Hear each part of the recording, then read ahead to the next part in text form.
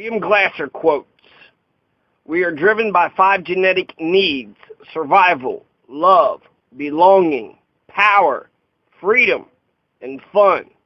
Wait. Oh, survival, love and belonging, power, freedom, fun.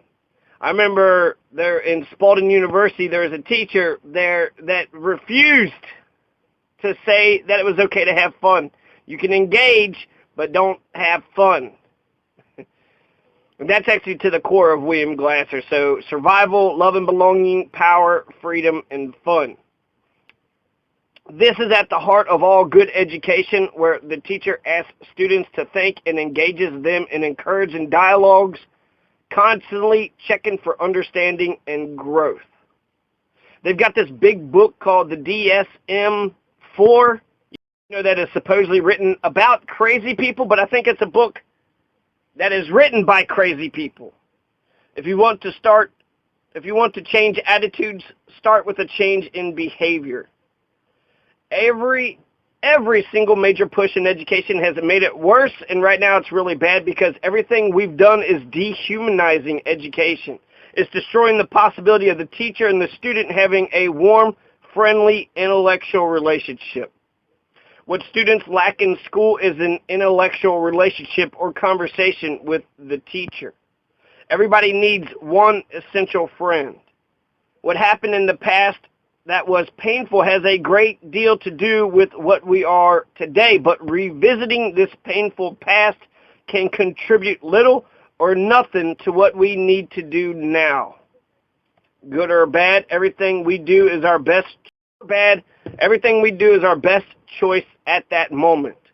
Effective teaching may be the hardest job there is. I think education is both using and improving knowledge, and that changes the whole picture. If we had in this room 100 teachers, good teachers from good schools, and asked them to define the word education, there would be very little general agreement. It is almost impossible for anyone, even the most ineffective among us, to continue to choose misery after becoming aware that it is a choice. If you improve education by teaching for competence, eliminating schooling, and connecting with students, the test scores will improve. The faster you go, the more students you leave behind. It doesn't matter how much or how fast you teach. The true measure is doesn't matter how much or how fast you teach. The true measure is how much students have learned. Did they even learn? I hear that all the time. We got all this material we got to get through. We got to teach all this stuff. And so they cram all this material in the short amount of time, and nobody learns a fucking thing. It doesn't matter how much material you're talking about in class, but it's how much information is retained by the students, how much the students are actually learning. No human being will work hard at anything unless they believe they are working for competence. We could pay teachers $100,000 a year and we'll do nothing to improve our schools as long as we keep the A, B, C, D, F grading system. To be depressed or neurotic is passive. It happened to us. We are its victim and we have no control over it. Prior to being allowed to enter the profession, prospective teachers should be asked to talk with a group of friendly students for at least half an hour and be able to engage them in an interesting conversation about any subject the prospective teacher wants to talk about.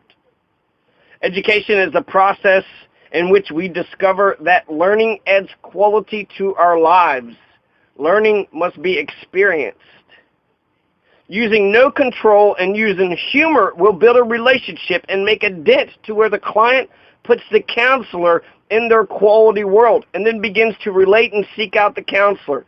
Effective therapy begins with the acceptance of the therapist in the client's quality world. Since there will be no one left to talk peace after the next war, it makes good sense to break with tradition and hold the peace conference first. Caring for but never trying to own may be a further way to define friendship. If everyone could learn that what is right for me does not make it right for anyone else, the world would be a much happier place. Without pay, no human being will work up to their ability if he or she is not cared for and respected. Too many of us fail to fulfill our needs because we say no rather than yes, or perhaps later in life, yes, when we should say no. This is William Glasser, choice theory. I mean, there's so many things. There's bad things that have happened to you, but what needs to happen now has nothing to do with it. You need to be validated. It was bullshit that happened, but now you have to make a choice. Are we going to do something about it, or will you let it go so you can carry on? Something has to happen. So it doesn't matter. Only two places in the world where time takes precedence over the job to be done: school and prison. If we teach a lot of things, we can teach a lot of things, but if the teacher can't relate by talking to a group of friendly students, he'll never be a competent teacher. We almost always have choices, and the better the choice, the more we will be in control of our lives. Sex is on the minds of most people, especially those who shouldn't be having it. When we label anyone bad, we will have more trouble dealing with him or her than if we could have settled for a lesser label. When we depress, we believe we are the victims of a feeling over which we have no control.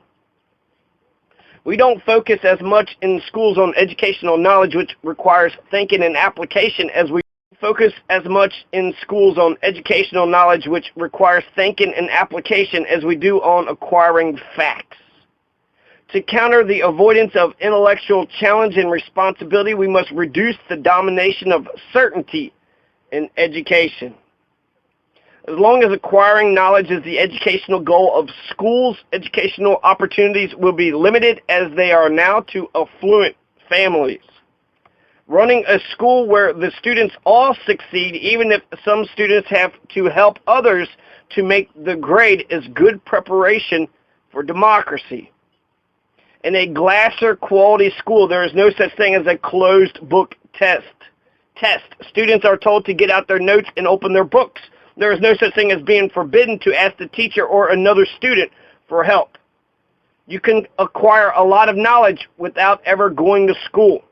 Totally wrong and terribly harmful if education is defined as acquiring knowledge.